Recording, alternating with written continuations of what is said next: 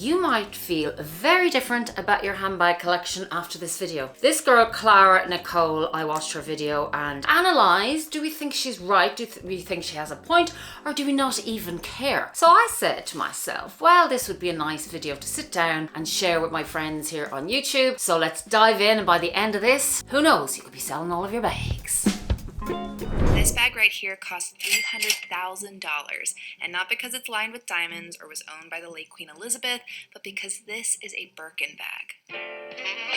If you're not familiar already, the Birkin bag is considered the most expensive luxury handbag in the world. The costs range from $8,500 to $300,000 a bag, and that's not even considering the purchasing history that you need to establish with Hermes just to be considered able to buy a bag. This is the most frustrating part for anybody when you're starting your collection or you're starting your Hermes journey, particularly the purchase history and how they just reel you in. As you know, I got my beauty last summer. I absolutely love her. Will I be going for more and more? I don't think so. I just love this absolute beauty. She's a little treasure. But it really is reeling you in, and their marketing is absolutely sublime. Now, if you just put this into perspective, $300,000 for a bag. I mean, some people can't even pay that for their house. So it's just really crazy amount of money. But is it an investment? Let's go. Let's find out. Because you can't just walk into an Hermes store and buy a Birkin bag at the register. You have to establish a purchasing history with Hermes, meaning you frequently buy a variety of their other products like scarves and makeup. My game plan was to, wear a lot of my Hermes items to show that, hey, I'm an Hermes customer and I'm just... Like, I've seen this girl before and she's actually quite good. She goes around the streets of New York now and she kind of outfits of the day. She does videos of what people on the streets of New York are wearing. Now, if you ask me, in this video, she looks like an ad for Hermes. She just literally is a walking ad for Hermes. Her Click H bracelets, and she's wearing an Hermes scarf and an Hermes belt and as much Hermes as she possibly can. And of course, that's what they want you to do. That's what, how they reel you in. And if you want to play part of the game, well, on you go. I'm not really into those kind of games. When I actually went in to ask for my Hermes or requests or put on the wait list, I was actually wearing my Chanel 19, my caramel one. Well, I didn't have an Hermes bag at the time anyway that I could wear.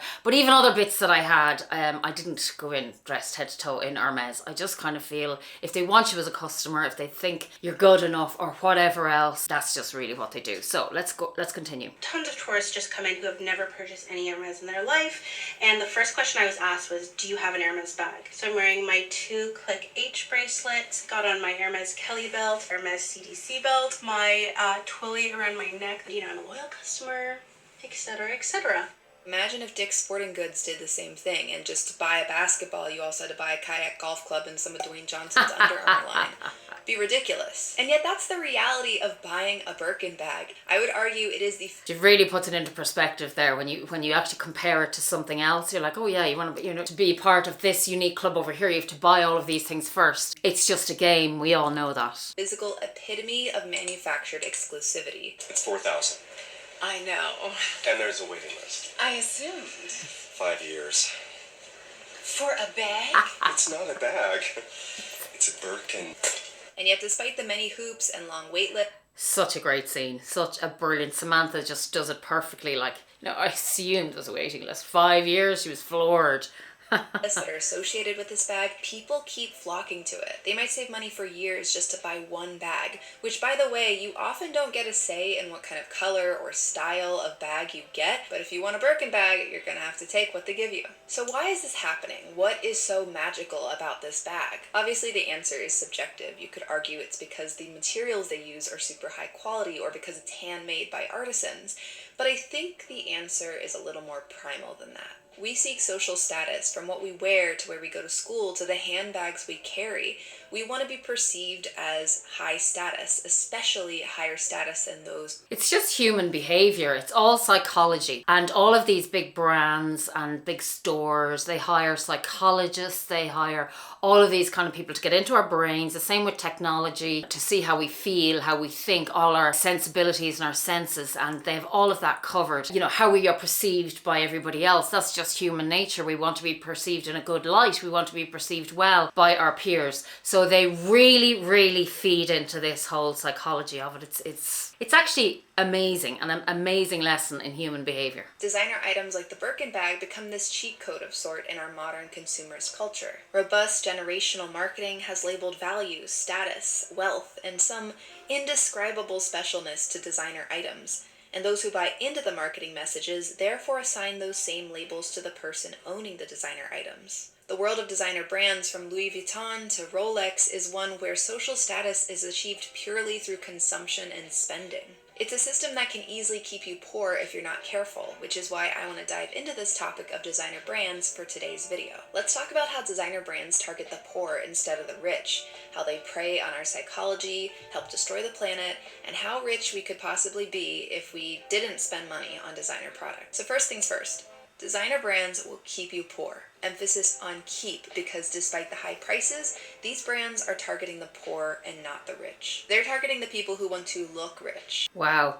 Like, this is really food for thought, and every word she says is, to be honest, I think fair. A lot of people will say quality, and yes, the Hermes bags and the Birkin are absolutely amazing quality, but a lot of us do buy, so we look well, and other people will compliment us and what they do to make us feel about our own status and how well we're doing in life and how far we've come and how accomplished we are. So this girl, Cara, I have to get hats off. Like, it's a sensible, smart video. It really, really is. Even if you don't like hearing it.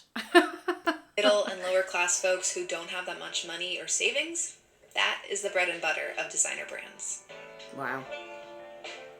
Steve Jobs is famous for his black turtleneck look, amongst other things. Despite his immense wealth, he always kept that same very simple look. No designer logos in sight. And this is the same case for many of the uber rich. That's so true, and a lot of them do that. I know Mark Zuckerberg does it as well. So they don't have decision fatigue. So basically, when they get up every day, their focus is just on work, and they just don't have to make the decision of what will I wear and put all their time and effort and energy into deciding. Bill Gates here is the same. Bill and Melinda Gates, Mackenzie Scott, Melanie Perkins, Mark Zuckerberg, Whitney Wolfe Herd. These are people who are running around in Gucci slides and Versace belts and Louis Vuitton emblazoned outfits. No matter how much I would kill to see Bill Gates dripping in Gucci, it'd be a look. But why don't we see the uber rich in these designer brands? I think it's because they don't need to prove they're rich. We know. And I think that's what designer brands are really selling. They're selling conspicuous consumption. And if anything, the uber rich are trying to hide how much money they have because security reasons. Actually, if you see LV Lover CC's channel, she got robbed recently. She thinks she was followed from a Chanel store,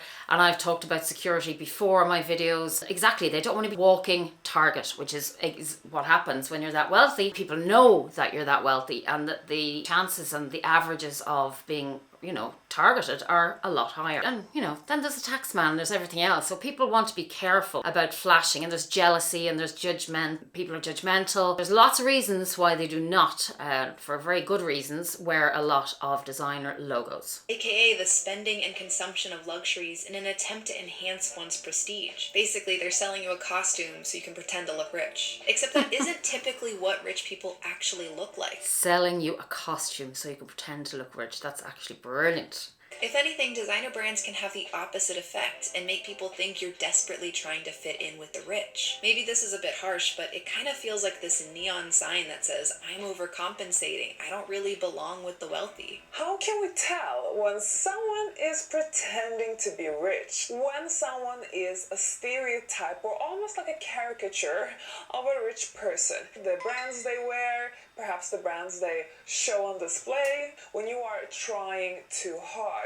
And that's usually a big giveaway when someone is just faking it because they're trying to overcompensate for something that is not really there. And actually, in a study conducted by the American Affluence Research Center and analyzed by Unity Marketing, more than 300 consumers with a minimum net worth of $800,000 were surveyed, and they found that many wealthy shoppers consider certain luxury brands overrated, including Louis Vuitton, Gucci, Hermes, Prada, and Rolex. When I think about what it means to be rich, I think about the phrase millionaire next door. There are nearly 22 million millionaires in the US, and I bet many of them you would never know are millionaires. True. Chances are one of them might be your next door neighbor. Unassuming, driving a Kia, shopping at Costco and TJ Maxx, they're not trying to be flashy. They're not out buying the most expensive version of everything because they understand the value of money, the value of being frugal, and making more than you spend. That's a great point. Understanding the value of money and how hard it is to really work hard and to have achieved and arrived at where they have arrived. They know the value of every single dollar that they have, and they don't part with it easily because, as I said, it's not that easy to come by. Basically, the caricature of the millionaire that we've grown up seeing on TV and now on social media is one that requires $100,000 watches and jet setting and designer brand outfits. But that's not realistic. It's just flashiness. And you might say, hey, but all these celebrities and influencers I see, they're always wearing designer and they're totally rich. And you're right. Dua Lipa wears a lot of Versace. Billie Eilish wears a lot of Gucci. Kim wears a lot of Balenciaga. She should probably cut that partnership though. Many of us are first exposed to the designer world through our favorite celebrities. But what we don't see is that behind the scenes, these influencers and celebrities get sent so many free products from designer brands too. Exactly, and the irony of it, the people who can afford it don't have to buy it, and the people who can't afford it are out there buying it and queuing and waiting years and all the rest of it. The irony. Oh, that it's free marketing if that celebrity or influencer is pictured wearing or holding that item. And some celebrities, like the ones I just mentioned, have official ambassadorship partnerships with these designer brands where they're paid to constantly wear their stuff. Because of all this, there's this illusion that designer brand items equate wealth and coolness. It feeds straight into our psychological desire to fit There's that word again, psychological desire to fit in and be part of an exclusive club, especially one where our peers are our rich and famous idols. It preys on insecurity, and unfortunately, the people most vulnerable to this kind of messaging and insecurity are middle class and lower class folks. I saved change over a year, and I was able to buy the bag Poor old Amber Ashley. of my dreams. So you would be surprised at how much saving change can do for you. This video I found of people waiting in line for Supreme launch was especially interesting to me because I think it nicely juxtaposed these high-ticket items with the low-earning buyers pretty well. I go to college, so I can't afford the CDG collab. I go to school. So how do you have money to buy this? I collect my parents' allowance. While also showing the allure that just the designer name alone had for these people. Is it worth it? Yeah, worth every dime. Because it's Supreme. Because it's Supreme. That's it. It's a brand. It sells itself, basically. And then again, amongst their peers, they want to look cool. These are young schoolgoers that definitely don't have the cash for this kind of stuff. But, you know, all of their peers are out there buying it. And it's just amazing how we're targeted and how it works and how the whole marketing gets in on us. The amount of ads we're seeing daily has quadrupled, seriously. Another thing I think about is this viral story about a woman who took her mom on a Dior shopping spree after her mom was treated poorly at a Dior store. According to the daughter, the mom had been ignored by a Dior sales rep because the mom was dressed poor. Which you'd think, like, if a store was treating my mom that way, we wouldn't go there. That would be the right thing to do, the smart thing to do, but no. How rude. But instead, it kind of had the opposite effect. They went back there and they purchased a lot of stuff. And just looking quickly at some of the Dior products online, I know that shopping spree cost multiple thousands of dollars. So just to show them, like, and I'll show you, but actually the reverse is happening because they're still taking your money. Like this one Dior bag costs as much as some cars and house down payments. There's no chump change. What's interesting is that this rudeness the mom experienced is an alleged technique designer brands use to boost sales. Sales staff rudeness causes what's known as the Pretty Woman effect, which is referencing the Julia Roberts movie Pretty Woman, where she goes and buys a ton of luxury goods after being dismissed by one of the sales Great reps. scene. Big mistake. Big. Huge. Facade marketing professor I'll take a Darren shopping Dahl, now. who researched this effect, explains that designer brand sales reps, quote, can end up having a similar effect to an in-group in high school that others aspire to join. For the study, participants imagined or had interactions with sales representatives, rude or not. They then rated their feelings about associated brands and their desire to own them. After being treated poorly, participants who expressed an aspiration to be associated with high-end brands reported an increased desire to own the luxury product. Designer brands attempt to hijack our psychological desire to fit in and display status. We want to be seen as the richest person in the room, the richest amongst our friends, the richest person at work. The problem is, there's always going to be someone richer. It's always going to be someone with more money. And that's a fact. And we just end up being in this ever-ending cycle of consuming and buying the next best thing, and then I'll be happy, and then I'll have purse piece. Guilty of it myself, but I've slowed down an awful lot. More bags, more designer things, more whatever. Even Elon Musk, who was the richest man in the world for a while, he's down $200 billion. There's always going to be someone else. And even if he still was at the top, there's a ton of other metrics that he'll never be the top of, because there's always just going to be someone else. Because that's life. There's always going to be someone with some other superlative that you don't have. And it's really easy to get caught in this cycle of chasing status symbols like designer handbags or luxury cars. But this cycle of chasing will leave or keep most people poor. When you're caught in the cycle, your time isn't your own. It's owned by the drug of buying manufactured status, which is paid for by the hours of your life at a job. The way I think about it is the more designer items you buy, or really anything that you buy, the more of your life you're trading away. Obviously, we have to spend money to survive, but the level of excess that designer brands promote is not essential to live. I argue instead it actually robs us the chance to truly live. For myself, I think a lot about intentional living. This is where you're aware of what your personal values and beliefs are, and you try to actively make decisions that align with those values and beliefs. It's the reason I personally don't buy designer goods, because the values don't align with my values, and I think that my time and money could be spent better elsewhere. And this is such a well thought out video, and she's very self-aware of who she truly is, very secure in her presentation and her being and all the rest of it. And I just think it's really, really smart. I mean, there's nothing wrong with owning a little bit of luxury. It's nice. But I just think excessive consumption is just so wrong. There's no real deep meaning to it.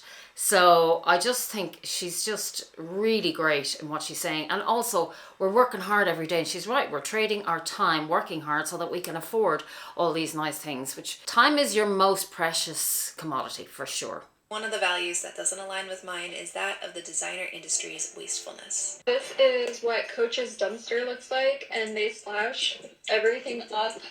They slash them up so you can, I guess, resell them or try to return them or something for money. My God. It completely. Like, it really is wrong. This is the dumpster. Apparently Louis Vuitton do the same, or they set them on fire. Obviously, it's all about money, but like, you know, the starving people in the world, and these people are literally slashing their products and throwing them in the bin. They trash their merchandise. Many designer brands are notorious for intentionally destroying their extra product. Coach was called out for it after that video that you just saw, and in 2018, Burberry was called out for incinerating their unsold products. This is a very widespread practice throughout the fashion industry. It doesn't just affect luxury houses, it also affects the high street. In fact, we had H&M doing something similar quite recently. It is, the result for me of years and years of mass production.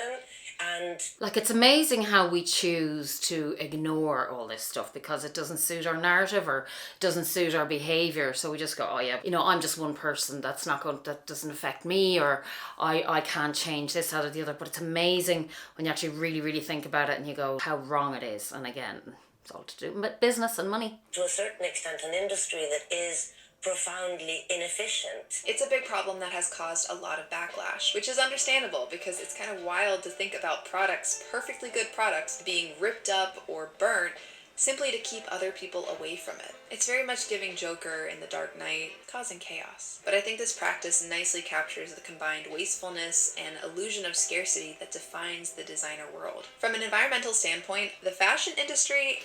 illusion of scarcity. So exactly that. Hermes, Chanel are now doing that as well. Oh, you can only buy one bag a year, or make it more exclusive or unattainable. All of these things are the psychology tricks that really work with people. Is a menace to our planet, and I know that sounds dramatic. It kind of blew my mind to learn about how awful the fashion industry was when I first learned about its impact. But listen to this. This is from a Bloomberg article. The global glut of clothing is an environmental crisis. Quote, Fashion accounts for up to 10% of global carbon dioxide output, more than international flights and shipping combined, according to the United Nations Environment Program. It's the second most polluting industry behind oil. Oil, which is oil, you know. I want to be clear, not all of that waste is from designer brands alone. I actually think the larger culprits are fast fashion places like Shein and Uniqlo, because they just promote hyper overconsumption. We all know my Shein experience. And hyper Never again. overdisposal and really short trend cycles. And actually the fashion industry could probably take a few lessons from designer brands in the idea of trying to build things that are going to be more long lasting and higher quality, so that you're not constantly having to go buying new things. That being said, designer brands don't get away scot-free here. Sure, they might not be following the increasingly short trend cycles of TikTok, where styles go out of fashion within weeks, but designer brands still pump out new trends throughout the seasons, effectively adding to the culture of overconsumption as people try to follow the latest styles. This type of overconsumption not only hurts our planet, but also our wallets. If you want to hear more about that topic, be sure to check out my other video, How Consumerism Ruins Our Planet and Finances. Beyond fueling overconsumption, the materials that luxury brands use have a major impact. You've got some brands using animal parts like skins and teeth to create their products, which raise their own ethical questions, and you've also got the environmental impact of creating the raw materials used for the products. Things like cotton growing, cattle farming, mining, all of these are incredibly energy intensive, with Kering, the company that owns Gucci and YSL, finding that 75% of its environmental impact was from raw material production and processing alone. Now I know those are a lot of facts and figures about environmental impact, and you might be like, hey, this video is supposed to be about money and how these brands keep me poor. But I think that wastefulness is an inherent part of the conversation, because there is a link between climate change and poverty, and the worse that climate change gets, the worse the divide between the rich and poor gets. Speaking of rich and poor, let's talk about the opportunity cost of buying designer brands. This is something I've touched on before as well, basically saying, yeah, if you want to buy a new kitchen or if you want to buy new furniture, is it that or the handbag? You gotta make those decisions. AKA, how rich could you be if you didn't buy designer items? Let's crunch some numbers. A popular defense of buying designer items is that they're investment pieces. For some, that means that they'll last a long time rather than just being thrown away within the year. Probably true, but I would argue you don't have to spend designer brand prices to get something that's higher quality. There's a lot of other options out there that are... And actually Tanner Leatherstein, who's doing really, really well at the moment, is doing such amazing videos on qualities of leathers. He's talking about Pollen actually, which are, he said, really, really good quality. I actually don't have a Pollen bag. And I think he did one on the Birkin as well. And he said that obviously it was good, but just couldn't justify the price of it, you know. A little more affordable. But the other way that people mean investment piece is literally as an investment. It's something that they can buy one day and then resell later on and make a profit from. This is a very popular argument for our old friend, the Birkin bag. I have been collecting these bags for a minute. They're also a great investment. According to Time magazine in 2016, quote, the Birkin bag outpaced both the stock market and the price of gold in the last... Well, that's good. Leave on a happy note. 35 years, a time period chosen to reflect the date when Birkin bags were first produced in 1981. They say that the annual return on a Birkin was 14.2% compared to the S&P average of 8.7% a year and gold's negative 1.5%. But there's a few problems with this logic. First being, like we mentioned at the beginning of the video, the price tag on the Birkin bag is not the only thing that you're going to be paying. You have to have a purchasing history with Hermes, so you have to include that in what you're investing. And since you're using this as an investment piece, you're probably going to want to take insurance out on it. That's going to cost you a pretty penny as well. It's weird to think about how fragile an investment something like a Birkin bag or a designer product is, especially when you compare it to more traditional. And that's why a lot of people can justify paying a little bit more or a lot more, depending on the situation, on the second-hand market, pre-loved market, because they are actually getting exactly the style they want, the colour they want, size they want. Yes, they're paying a little bit more, but they're not having to do all the purchase history. So it's kind of, again, value is very subjective. What is valuable to you or to me might not be of value to somebody else. You know, it's definitely subjective to the person making the purchase. Investment like stocks, like spill your coffee in it, have your dog get a little too curious, and suddenly you've lost thousands of dollars in resale value. Can't say that ever happens to me with my stock portfolio. So before we end, I thought it'd be really interesting to crunch some numbers to see how rich you could be if you didn't buy a designer bag and you instead invested in something like a low-cost index fund, which is one of my personal favorites. So let's say you have $3,500 in disposable income, which is the money that you have left over after taxes and you paying essentials. In choice A, you decide to splurge on a $3,500 designer bag like this one from Louis Vuitton. In choice B, you decide to buy a nice quality purse from somewhere like TJ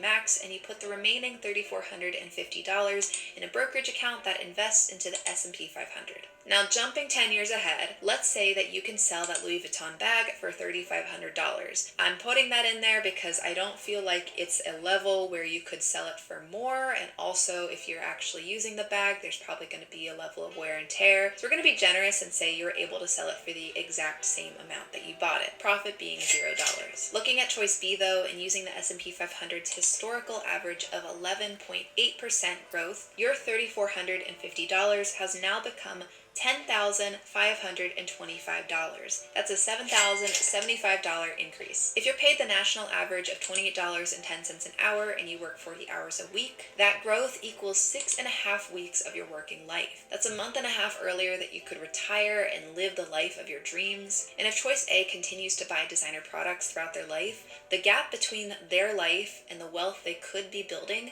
is going to continue to grow. And look, for some people, that might be totally worth it, and that's fine. The social signaling and the enjoyment that they get from having designer products might be worth more than that extra time not working or building up wealth. Despite all my personal opinions, people can and will choose what they want to spend their time and money on. But what I hope this thought experiment and this video overall can do is to help us think a little bit differently about designer brands and how we spend our money. Money is time, and I think it's always a good idea to reflect on how we are spending both of them. So what do you think? Have you bought designer before, and did you feel like it was worth the high price tag or not really? Let me know what you think in the comments below. I'd be really curious to hear. And also let me know if you have a topic that you'd like me to cover next. So that's it. Unbelievable. I think definitely food for thought. And I think it is very important to be aware. That's why I constantly talk about a curated collection. I don't think it's necessary to overconsume, excessively consume, because we don't have the time or occasions or maybe possibly the lifestyle to use everything that we are buying. If you're getting the enjoyment out of it, that is completely subjective. It's completely personal to you. I enjoy the bags I have. I only want to keep a certain amount of handbags that, as I said before, not have to worry about when I go away, or leave them or getting, as she's just said, destroyed somehow. So yeah, it's definitely food for thought. It's something that I think we should all keep in mind when we're getting flashes and basically getting advertisements thrown in our faces, flashing in our faces every day of the week. Not to be caught up in the whole game too much. It's lovely to treat yourself for a special birthday or a special achievement or things like that, but I just think if we all kind of keep it to a minimum and just be mindful of our luxury purchases, and I think we'd all, have a better place to live, and it would be just a nicer world to live in. So I hope you enjoyed that. Let me know what you think in the comments down below. As I said, I love my luxury items, but I just think we don't have to excessively consume all the time. So interesting chat, interesting conversation. If you like this style of video, commenting on other videos or things like that, I just want to give you a little bit more variety on my channel, and I hope you enjoyed that. And please do comment down below, and I'll get back to all of you. And until next time, be kind, be safe, and be compassionate. Love you lots. Mwah.